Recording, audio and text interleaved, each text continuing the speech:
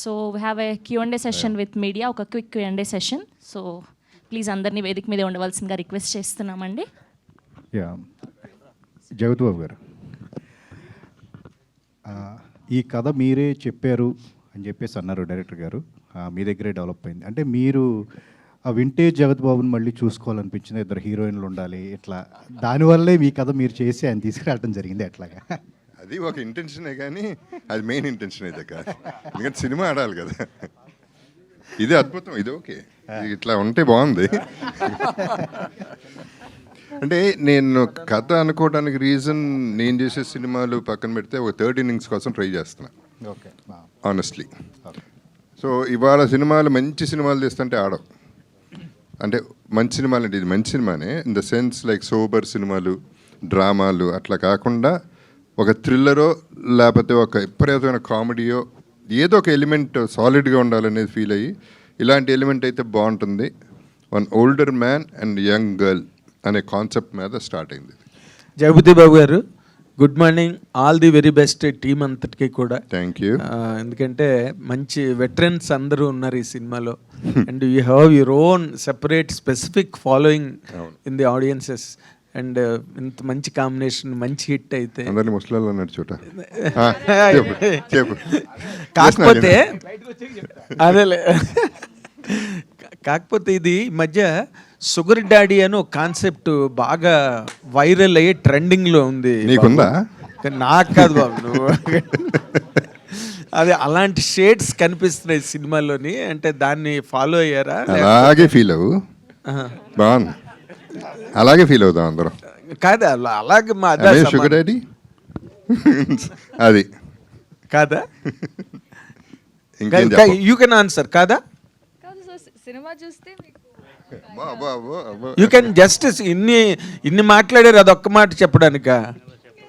అందులోనే ఉంది అంతా, అందుకని అందులోనే ఉంది. అయితే ఇందులో వాళ్ళు అందరూ బాగా మాట్లాడి చిన్న చిన్న గ్యాప్లు వదిలేరు. ఎలాగంటే ఇప్పుడు మ్యూజిక్ డైరెక్టర్ ఇందాక మాట్లాడుతూ బడ్జెట్ కన్స్ట్రైంట్ ఉన్నట్టుగా మాకు అంత లేదు, మేము ఉన్న దానిలోనే కష్టపడి చేసామంటే, ఏమండి చిరుమావిళ్ళ వారు, మీరు అంటే బడ్జెట్లో బాగా వాళ్ళని బాగా రిస్ట్రిక్ట్ చేశారా ఏంటి? బడ్జెట్లో రెస్ట్రిక్షన్ ఏం కాదమ్మా, అనుకున్న బడ్జెట్కి చేసాం. ఆ బడ్జెట్ ఆయన రెస్ట్రిక్టెడ్ అనుకున్నాడు, అది మా తప్పలేదు. ఆయనకి చెప్పిన ఏ బడ్జెట్ చెప్పాం ఆ బడ్జెట్ ఇచ్చాం. మేము దాంట్లో రూపాయి కూడా మిగల్చలేదు, దాచుకోలేదు. కాదు సార్, తర్వాత డైరెక్టర్ గారు మీరు మాట్లాడుతూ ఇందాకలా ఈ నలుగురు మిమ్మల్ని ఏదో భయపెట్టారు, డామినేట్ చేశారు, ఇరికించారు, పేక పిసికారు, ఇలాంటి సెన్స్ వచ్చేటట్టుగా చాలా మాటలు మాట్లాడారు. అంటే మీరు you want to disown the result? నేను క్లారిటీ ఇస్తాను సార్. సార్ నా పని ఈజీ అయింది డైరెక్టర్గా. నేను 4 ఫిలిమ్స్ చేశాను సార్, ఇది 5th ఫిలిం నాకు డైరెక్టర్గా. సో నేను ఎప్పుడు చూడలా ఇలా. ఇదేంటి అంటే 4 పిల్లర్స్ సెటప్. సో 4 పిల్లర్స్ చుట్టూ ఉండడం వలన నా పని చాలా ఈజీ. మధ్యలో ఉన్నాను నేను. కాదు, 4 పిల్లర్స్ వరకు ఓకే సార్, ఇంతే చెప్పాను. నేను 5th పిల్లర్ అన్నారు చూడండి. అంతే కదా సార్. అంటే ఇందులో జరిగింది ఏంటంటే 4 పిల్లర్స్ తర్వాత 5th పిల్లర్ని ఎక్కడ పెట్టమంటారు సార్? మీరు అక్కడ పెడతారు, నేను అక్కడ ఉన్నట్టు.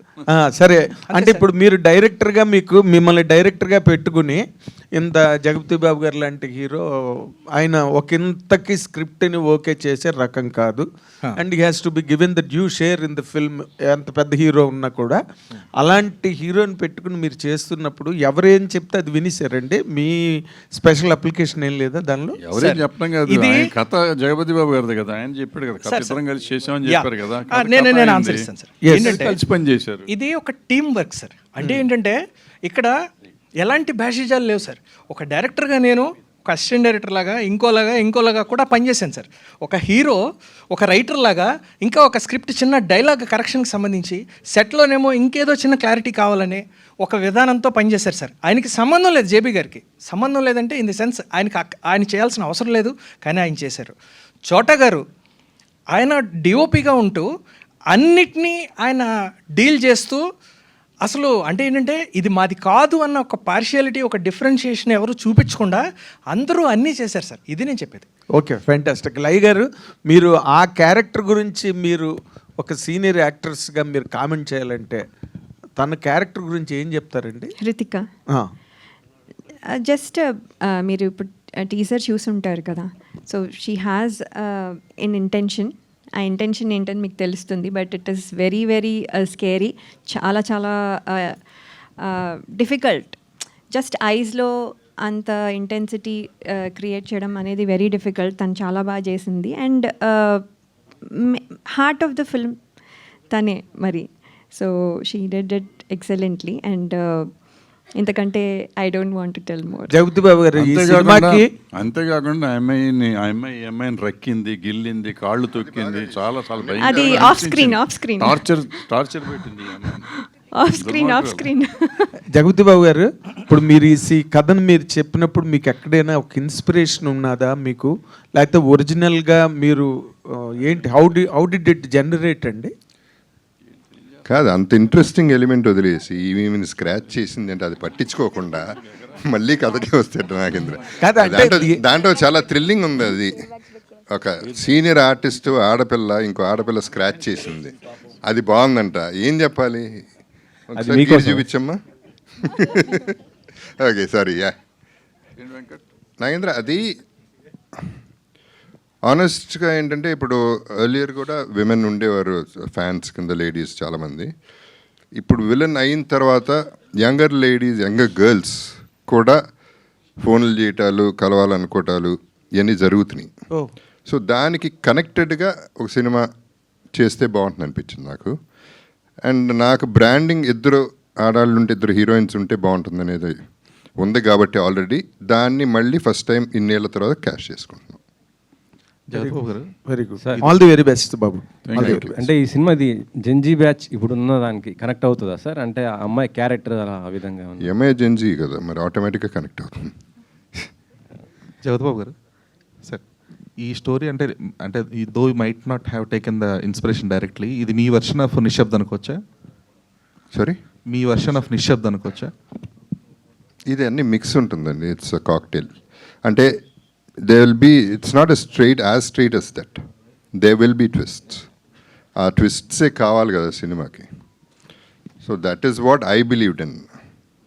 అందుకని అంటే ఇది ఇక్కడ ఒక చిన్న ఇది ఏంటంటే డైలాగులు వాటిలో కూడా ప్రతిదీ కూడా బాగుండాలి, ప్రతి మాట గుచ్చుకోవాలి, ప్రతి దాంట్లో ఒక ట్విస్ట్ ఉండాలి, ఒక ఫీల్ ఉండాలి అనే దీని మీద అనుకున్నాం. And that's what we try to achieve అనమాట. అంటే ఆ టైంలో కూడా లైక్ నిశ్శబ్ద్ రిలీజ్ అయినప్పుడు కూడా it has some unconventional things. So ఇక్కడ is it being conventional or unconventional? It will be conventional mostly, little unconventional. కావాల్సినంత డోస్ అన్నీ ఉన్నాయి. సార్ భరద్వాజ్ గారు, సినిమా ఎప్పుడు రిలీజ్ సార్? ఈ సమ్మర్లో రిలీజ్ చేస్తారా? ఈ సమ్మర్ రిలీజ్ చేద్దాం. మే 14th అనుకుంటున్నాం. బట్ సెన్సార్ ఇవన్నీ ఉన్నాయి కదా, so depends on much on sensor. చాలా మంది సమ్మర్ కొద్దిగా ఐపీఎల్ ఎఫెక్ట్ ఉండి మొత్తం అన్ని సినిమాలు పోస్ట్ పోన్ అవుతున్నాయి. అందుకే పెద్ద సినిమాలు కూడా మనం రెడీగానే ఉన్నాం. సెన్సార్ అయితే ప్రాబ్లీ 14 అనుకుంటున్నాం. సెన్సార్ అవ్వకుండా డేట్లు చెప్పకూడదు కదా, సో ప్రాబబిలిటీ చెప్తున్నాను. గతంలో వేసుకున్నారు కదా సార్, అంటే డేట్ అనౌన్స్ చేసి ఫస్ట్లో చేసేవాళ్ళు చేస్తారమ్మా. నేను చట్టానికి బద్దుండే ఉంటాను కాబట్టి చట్టబద్ధంగా చెప్తున్నాను. ఈ మధ్య కొద్దిగా అంటే పర్సంటేజ్ మాట్లాడుతున్నారు కదా, ఫస్ట్ నుంచి ఏదో కొద్దిగా మాకు పర్సంటేజ్ అలా ఇస్తేనే థియేటర్లో రిలీజ్ చేస్తామంటున్నారు. మరి అది మీకు ఇప్పుడు అసలు నేను పుట్టిన కాడి నుంచి పర్సంటేజ్ అడుగుతున్నాను, పర్సంటేజ్ ఆడతాం సినిమాలు. నేను కానీ నారాయణమూర్తి గారి సినిమాలు కానీ పర్సంటేజ్ ఆడతారు, మేము అట్లాగే ఉంటాం. సో దానికి మాకు డిస్ప్యూట్ లేదు థియేటర్స్తో. కానీ గిల్డ్ వాళ్ళు ఒప్పుకోవట్లేదు కదా, మీరు ఇప్పుడు ఎలా? గిల్డ్ వాళ్ళకి సంబంధం ఏమో, గిల్డ్ వాళ్ళు ఒప్పుకుంటారు. ఎందుకంటే ఆల్రెడీ ఇప్పుడు రిలీజ్ అవుతున్న సినిమాల్లో మెజారిటీ సినిమాలు పర్సంటేజ్ మీద ఆడుతున్నాయి. సో దాని మీద లేదు. పైగా మన క్వశ్చన్స్ టైం లేదు, తక్కువ టైం ఉంది. జనరల్ క్వశ్చన్స్ వద్దు, సినిమాని గురించి మాట్లాడదాం. సినిమా అంటే మీ సినిమా కూడా ఎఫెక్ట్ పడుతుందా? పడదు, పర్సంటేజ్ ఆడుతున్నాం. Thank you. భరద్వాజ్ గారు, సార్ చరిత్ర చిత్ర బ్యానర్ని చాలా గ్యాప్ తర్వాత మళ్ళీ చూస్తున్నాం. సో మీరు ఇంతకుముందు సినిమా చేసినప్పటికీ ఇప్పుడు ఈ సినిమాకి మధ్య పరిస్థితులు చాలా మారినాయి. సో యాజ్ ఒక సీనియర్ ప్రొడ్యూసర్గా మీరు గమనించిన తేడా ఏంటి అసలు ప్రొడక్షన్ సైడ్?